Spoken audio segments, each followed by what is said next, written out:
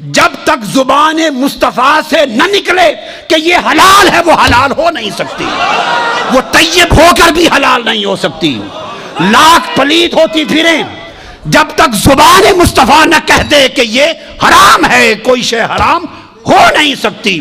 تو حلت و حرمت کسی شے کی اصل ماہیت پر اس کا مدار نہیں کہ وہ طیب ہے یا خبیث، مدار حلت و حرمت کا زبان مصطفیٰ پر ہے۔ اب یہاں ایک نکتہ ذہن میں رکھ لیں، اگر وہ پہلے ہی طیب ہیں، اگر وہ پہلے ہی طیب تھیں تو ان کو حلال کرنے کی ضرورت کیا؟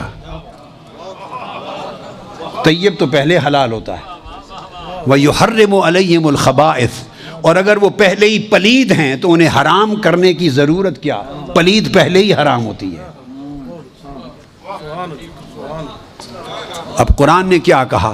فرمایا اشیاء کی اپنی اصل اور ماہیت میں مت جاؤ کہ وہ طیبات میں سے ہیں یا خبائث میں سے ہیں، اس رسول کا فیصلہ شریعت ہوگا۔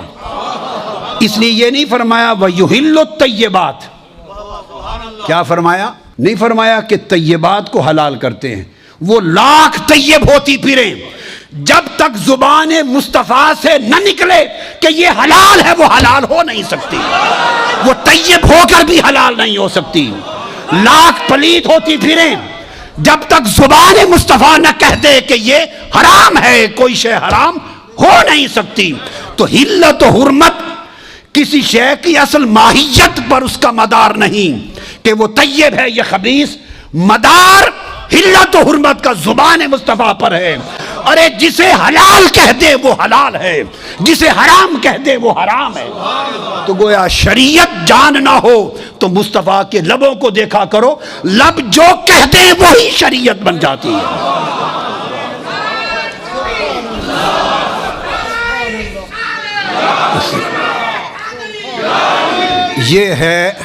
یہ ہے مقام مصطفیٰ۔ وَيُحِلُّ لَهُمُ الطَّيِّبَاتِ، جو لہم کہا تو مطلب ہے کہ انہیں پابند کر دیا، جن کے لیے یہ طیبات کو حلال کہہ دیں گے، وہ اگر انہوں نے حلال نہ کہا تھا تو وہ طیب ہو کر بھی امت کے لیے حلال نہ ہوگی۔ جن کو یہ حرام کر دیں گے وہی حرام ہوگی۔ تو مدار حلت و حرمت زبان مصطفیٰ پر ہے۔